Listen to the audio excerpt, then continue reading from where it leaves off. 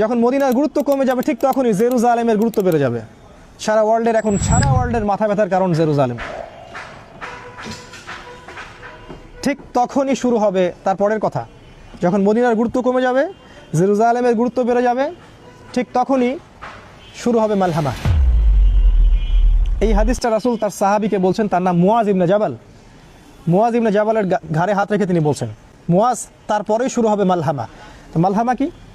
তিনি বলছেন, মালহামা হচ্ছে এমন যুদ্ধ যেটা মানব জাতি কখনো কল্পনাও করেনি।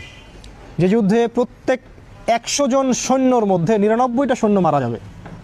যারা ন্যাটোতে আছে তারা যেন হাদিসটা ভালো করে শুনে নেয়, কারণ তারা খুব উৎসাহিত ফিল করছে আমরা রাশিয়ার সাথে নিউক্লিয়ার ওয়ারে যাব। তারা খুব ভালো করে যেন শুনে রাখে যে প্রত্যেক 100 জনের মধ্যে 99টা সৈন্য সেই যুদ্ধে মারা যাবে। তার মানে এই যুদ্ধটা কোনো কনভেনশনাল যুদ্ধ হবে না, এটা হবে নিউক্লিয়ার যুদ্ধ, যার ফলে এই পুরো বিশ্বের চেহারাটাই বদলে যাবে। হয়তো এতগুলো কান্ট্রি আর থাকবে না, মানুষের সংখ্যা অনেক কমে আসবে, আর যারা বেঁচে থাকবে ওরাও থাকবে হরিবল একটা দেশের, হরিবল একটা কান্ট্রির মধ্যে। তারা ফুড পাবে না, পানি পাবে না, ইলেকট্রিসিটি, টেকনোলজি কিছুই পাবে না। Everything will be destroyed. শুধু তাই নয়, সূর্যের আলো পৃথিবীতে আসবে না, যেমনটা সূরা দুখানের মধ্যে আছে যে পুরো আকাশ ধোঁয়ায় ছেয়ে যাবে, সূর্যের আলো পৃথিবীতে আসতে পারবে না। আপনারা পারমাণবিক বিস্ফোরণের এই মাশরুম ক্লাউডগুলো দেখেন, সারা ওয়ার্ল্ডকে ঢেকে দিবে। তিনি বলছেন এই মালহামায় এইরকম একটা অবস্থা হবে যেটা আমাদের সামনে। আর অফকোর্স আমাদের যারা স্কলার্স অফ ইসলাম তারা বেশিরভাগই হালুয়া, রুটি, বিরিয়ানি খাচ্ছেন এবং ঘুমাচ্ছেন, এগুলো নিয়ে তাদের কোনো মাথা ব্যথা নাই।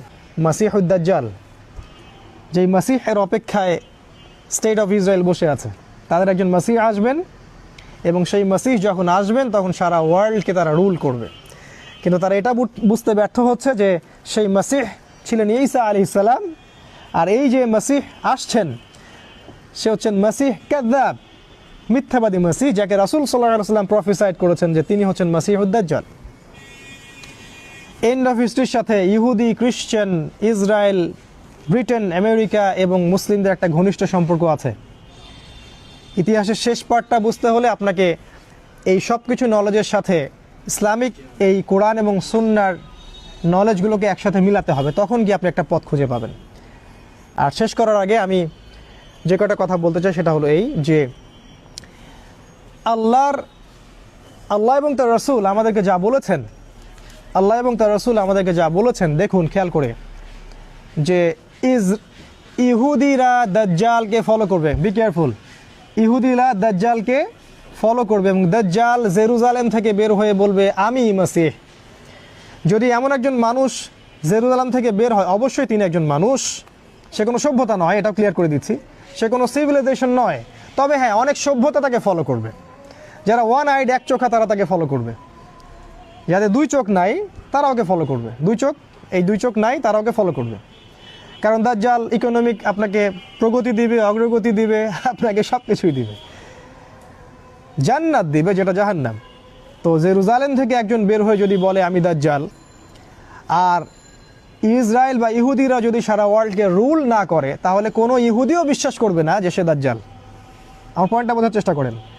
যখন ইহুদিরা সারা ওয়ার্ল্ডকে রুল করবে, তারা ওয়ার্ল্ডের রুলিং স্টেটে পরিণত হবে, তখন যদি কেউ বের হয়ে বলে যে আনাল মাসিহ, আমি হচ্ছে দাজ্জাল, তখন তারা তাকে বিশ্বাস করবে। এখন তারা অনেক ব্ল্যাক ম্যাজিকও প্র্যাকটিস করে এবং তারা তার উপাসনাও করে, এবং তারা অপেক্ষায় বসে আছে কখন তিনি আসবেন। আর আস্তে আস্তে আস্তে আস্তে ইসরায়েল কিন্তু এই ওয়ার্ল্ডের রুলিং স্টেটে পরিণত হচ্ছে। ব্রিটেন, আমেরিকা, এই যে সিলসিলাটা, এটা অ্যাক্সিডেন্টালি হয়নি, এর পিছনে একজন মাস্টার মাইন্ড কাজ করছে। আর আমাদের মত হচ্ছে সেই মাস্টার মাইন্ড হচ্ছে দাজ্জাল স্বয়ং। সে পুরো ফেসটা তৈরি করে নিয়ে আসছে এবং তার খুরুজের সময়টা অনেক কাছে, যদিও আমরা এখন হালুয়া, রুটি খাচ্ছি আর ঘুমাচ্ছি। নাও দেন, এখন আমাদের করণীয় কি? যে মালহামার কথা আমি বলেছি, সেই মালহামায় মুসলিমদের একজন নেতা থাকবেন। তিনি বের হবেন মদিনা থেকে, যাকে মক্কায় মানুষ ঘিরে ধরবে এবং তার হাতে বায়াত করবে, যাকে হাদিসে বলা হচ্ছে তিনি আল মাহদি, যার নাম মুহাম্মদ। এবং তিনি 8 বছর বা 9 বছর তিনি মুসলিমদেরকে রুল করবেন, খিলাফা স্টেট কায়েম করবেন। নট সৌদি আহলে সৌদের গভর্নমেন্ট নয়, তিনি খিলাফা স্টেট কায়েম করবেন। খিলাফা স্টেট কি আমি একটু আগে বলেছি, যেখানে আল্লাহর বিধান সুপ্রিম, আল্লাহর অথরিটি সুপ্রিম, যেখানে মানুষের ল চলে না।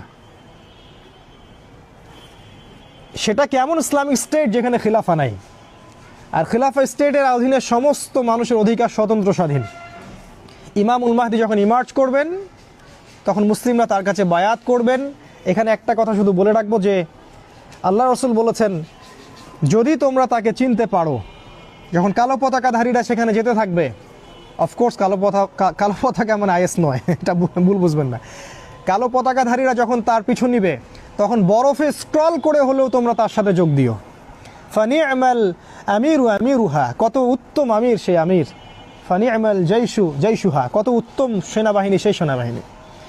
এই সেনাবাহিনী ইমামুল মাহদির সাথে কনস্টান্টিনোপল বিজয় করবেন।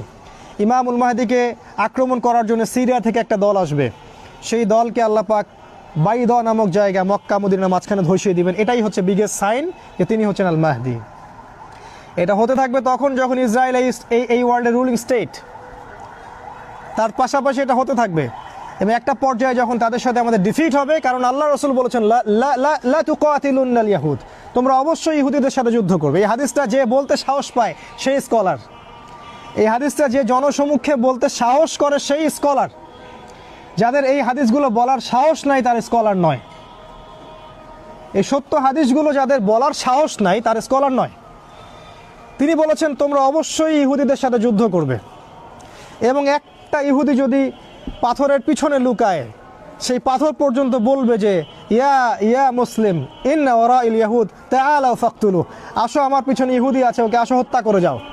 তার মানে ওদের সাথে আমাদের যুদ্ধ হবেই হবে, কারণ এই কথা কে বলেছেন? রাসূল সাল্লাল্লাহু আলাইহি ওয়াসাল্লাম বলেছেন। তারপর যখন তারা আমাদেরকে ঘিরে ফেলবেন সিরিয়ায় ইহুদিরা, এবং তাদের লিড দিবে দাজ্জাল, দেন ঈসা আলাইহিস সালাম আকাশ থেকে নামবেন ফেরেশতার ডানায় ভর দিয়ে, এবং তাকে দেখে দাজ্জাল, তার হাতেই দাজ্জালের হত্যা নিহিত আছে।